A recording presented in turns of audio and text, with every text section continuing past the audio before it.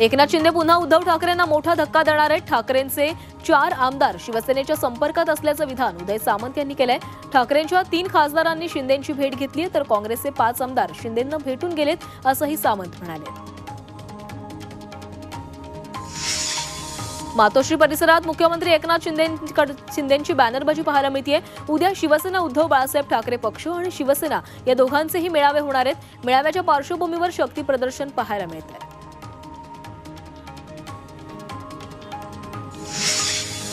रायगडच्या शिवसेना आमदारांना सुनील तटकरेंनी सूचक इशारा दिलेला आहे। ज्यांनी माझ्यावर निराधार आरोप केलेत त्यांचं पुढे काय झालं हे सर्वांनी पाहिलंय। आयुष्यभर संघर्षाला तोंड देत काम करत आलो, राजकारणात मला हे काही नवीन नाही असं विधान तटकरेंनी केलंय। उपमुख्यमंत्री अजित पवार दिल्ली दौऱ्यावर जाणार आहेत। दिल्ली विधानसभा निवडणूक प्रचारामध्ये अजित पवार सहभागी होणार आहेत। 27 जानेवारीनंतर अजित पवार प्रचारामध्ये दिसतील। दिल्ली विधानसभा निवडणुकीत राष्ट्रवादीचे 30 उमेदवार लढत आहेत।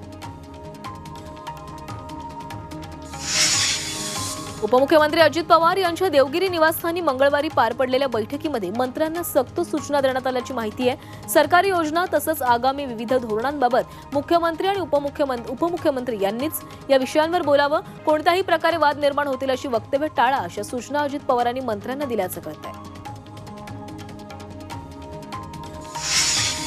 बडतर्फ आयएएस अधिकारी पूजा खेडकरची केंद्रीय प्रशासकीय न्यायाधिकरणासमोर सुनावणी होणार आहे। केंद्रीय लोकसेवा आयोगानं केलेल्या बडतर्फी विरोधात ही सुनावणी असेल। केंद्र सरकारनं पूजा खेडकरला सप्टेंबर 2024 मध्ये खोटी कागदपत्र सादर केल्याप्रकरणी बडतर्फ केलेलं होतं। अभिनेता सैफ अली खान हल्ल्याप्रकरणी पोलीस तपासामध्ये सैफच्या घरामध्ये हल्लेखोराचा मास्क सापडल्याची माहिती सूत्रांनी दिली आहे। हल्ल्याच्या दिवशी आरोपीनं हाच मास्क वापरलेला होता। सैफच्या घरात आरोपीच्या बोटांचे ठसेही आढळून आलेले आहेत। आरोपीने त्याच्या मोबाईलवरून बांगलादेशातील नातेवाईकांशी संपर्क साधला होता अशी माहिती देखील सूत्रांनी दिली आहे। सैफच्या मुंबईतल्या घरी पुन्हा एकदा मुंबई पोलिसांनी हल्ल्याचं रिक्रिएशन केलंय। काल रात्री मुंबई पोलिसांनी आरोपीला पुन्हा एकदा सैफ अली खानच्या घरी आणलेलं होतं आणि तो घरात कसा घुसला, हल्ला कसा केला, हल्ला करून कसा पळाला याची माहिती त्यांनी घेतलेली आहे।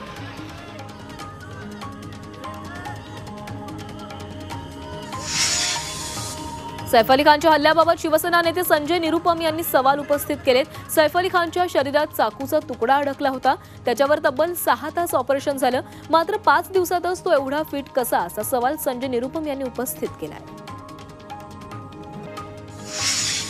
वांद्रे पोलीस आता उच्चभ्रू सोसायटीतील लोकांना भेटून सुरक्षेबाबत मार्गदर्शन करणार आहेत। अभिनेता सैफ अली खानवर चाकू हल्ला झाल्यानंतर वांद्रे पश्चिमेतल्या इमारतीमधील सुरक्षा तसंच सीसीटीव्ही बाबत वरिष्ठ पोलीस अधिकारी चर्चा करतील।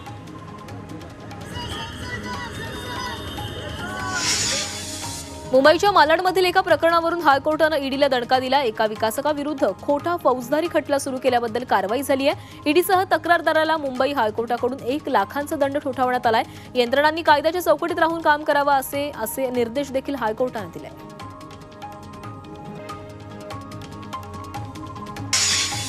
यवतमाळचे पालकमंत्री संजय राठोड यांची पुष्पा सिनेमामधील स्टाईल चर्चेत आहे। दारवा इथं नागरी सत्कार निमित्त काढण्यात आलेल्या रॅलीत संजय राठोडांनी पुष्पा सिनेमाच्या डायलॉगवर पुष्पा स्टाईल करून दाखवलेली आहे। नागपूर गोवा शक्तीपीठ महामार्गाचं भूसंपादन सुरू करा अशी मागणी यवतमाळ जिल्ह्यातील शेतकऱ्यांनी केली आहे। हा महामार्ग सर्व नागरिक, शेतकरी तसंच व्यापाऱ्यांकरता अत्यंत फायद्याचं ठरणार आहे। सर्व जमिनींची मोजणी पुढील महिनाभरात पूर्ण करावी अशी मागणी शेतकरी करत आहेत। शक्तीपीठ महामार्गासाठी लातूर जिल्ह्यातील 500 हेक्टर भूसंपादन कारवाईला वेग आलाय। लातूरच्या 21 गावांमधून शक्तीपीठ महामार्ग जाणार आहे। शेतकरी आणि कृती समितीकडून महामार्गाला कडाडून विरोध होतोय। काहीही झालं तरी हा महामार्ग होऊ देणार नाही अशी भूमिका शेतकऱ्यांनी घेतली आहे।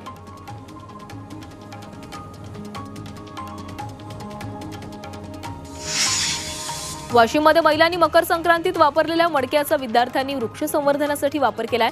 या उपक्रमात मडके झाडांच्या बुडात पुरून त्यात कापसाची वात ठेवून पाणी हळूहळू झाडांच्या मुळापर्यंत पोहोचवलं। या पद्धतीनं पाणी पुरवठा केल्यास पाण्याचं बाष्पीभवन कमी होतं।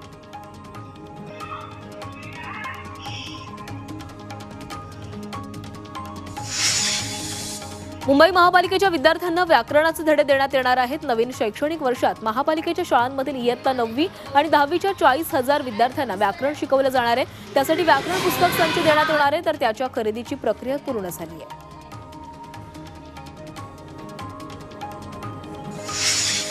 पुण्यातील पुरंदर विमानतळाला शेतकऱ्यांनी विरोध दर्शवला। यासाठी उद्या ते तहसील कार्यालयावर मोर्चा काढणार आहेत। ज्या परिसरात प्रकल्प उभारला जाणार आहे त्या भागातील शेतकरी आक्रमक झालेत।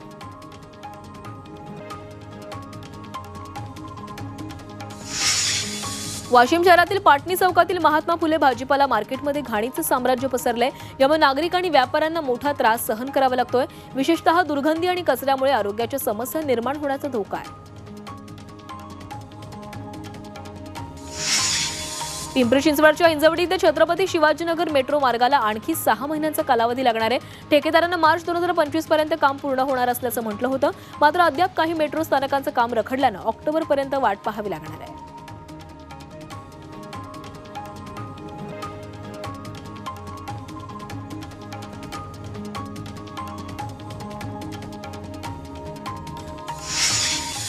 अकोला जिल्हाधिकाऱ्यांनी अधिकारी कर्मचाऱ्यांना सूचना दिलेल्या आहेत। शासनाकडून 7 कलमी कार्यक्रमांचं आयोजन करण्यात आलं।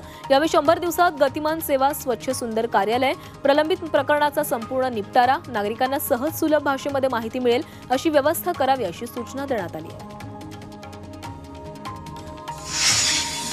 नांदेड रेल्वे स्थानकावर अचानक दहशतवादी हल्ला झाल्यास कसं प्रत्युत्तर द्यावं यासाठी पोलिसांचं मॉक ड्रिल घेण्यात आलं। या प्रात्यक्षिकात लोहमार्ग police, Nanded police, railway police, जलद कृती दल, श्वान पथक आणि अग्निशमन दलाचे जवान सहभागी झाले।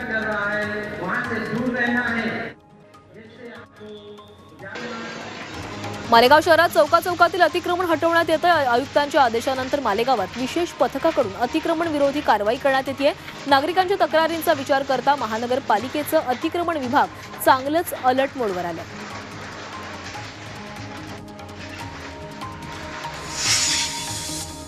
नाशिक शहरात चरस विक्री करणाऱ्या गुन्हेगाराला मुंबई पोलीस नाका पोलिसांनी ताब्यात घेतलंय।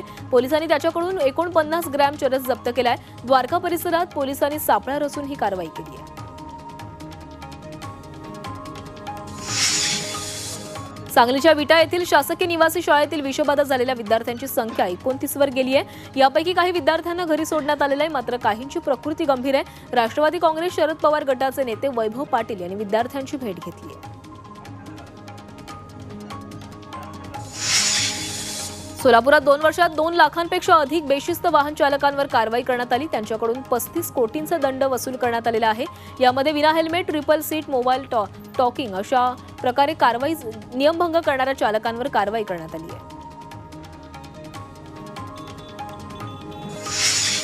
पुण्यातील मंचरमध्ये शेतकऱ्यांच्या विहिरीतील आणि नदी परिसरातील पाण्याच्या मोटार आणि केबलची चोरी करणाऱ्या टोळीला जेरबंद करण्यात आले। यात 4 आरोपींना अटक करण्यात आलेली आहे। त्यांच्याकडून 5 मोटारी जप्त करण्यात आल्या।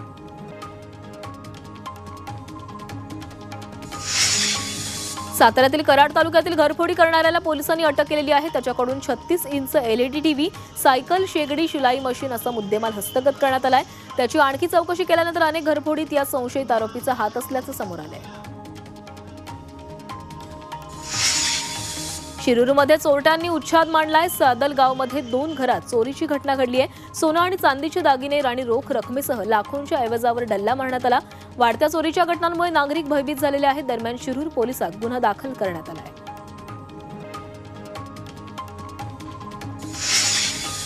बाईकला कट मारल्याच्या वादातून तरुणाला बेदम मारहाण करण्यात आलेली आहे। उल्हासनगरमधील ही घटना आहे। रस्त्याच्या कडेला उभ्या असलेल्या टेम्पोवर त्याचं डोकं आदळल्यानं तरुण गंभीर जखमी झाला। ही संपूर्ण घटना CCTV मध्ये चित्रित झाली। उल्हासनगरच्या ओशाळे गावात एका बांगलादेशी महिलेला बेड्या ठोकण्यात आलेल्या आहेत। ही महिला 4 महिन्यांपूर्वी भारत बांगलादेश सीमा ओलांडून उल्हासनगरमध्ये आलेली होती। तर या महिलेला गेल्या 4 महिन्यांपासून आश्रय देणाऱ्या रफिक विश्वास यालाही आरोपी ठरवण्यात आले, मात्र तो फरार झालाय।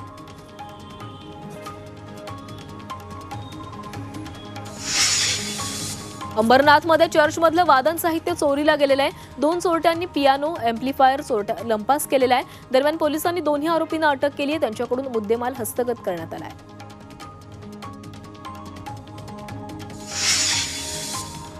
गोंदिया जिल्ह्याच्या नवेगाव पोलीस स्टेशन हद्दीतील जुगार अड्ड्यावर कारवाई करण्यात आलेली आहे। यात 8 आरोपींना जुगार खेळताना रंगेहात पकडण्यात आलेले आहे। त्यांच्याकडून मोबाईल, रोख रक्कम, दुचाकी वाहनं जप्त करण्यात आली आहेत।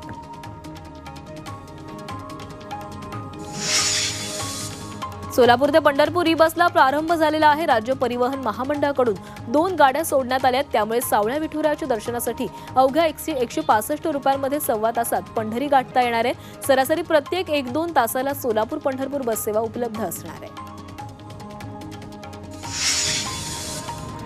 नवी मुंबईच्या वाशी खाडी पुलावर टेम्पोला आग लागली आहे। मुंबईच्या दिशेने जाणाऱ्या लेनवर भाजी घेऊन जाणाऱ्या टेम्पोला आग लागली। आग लागताच चालक तात्काळ खाली उतरल्यानं जीवितहानी टळली आहे।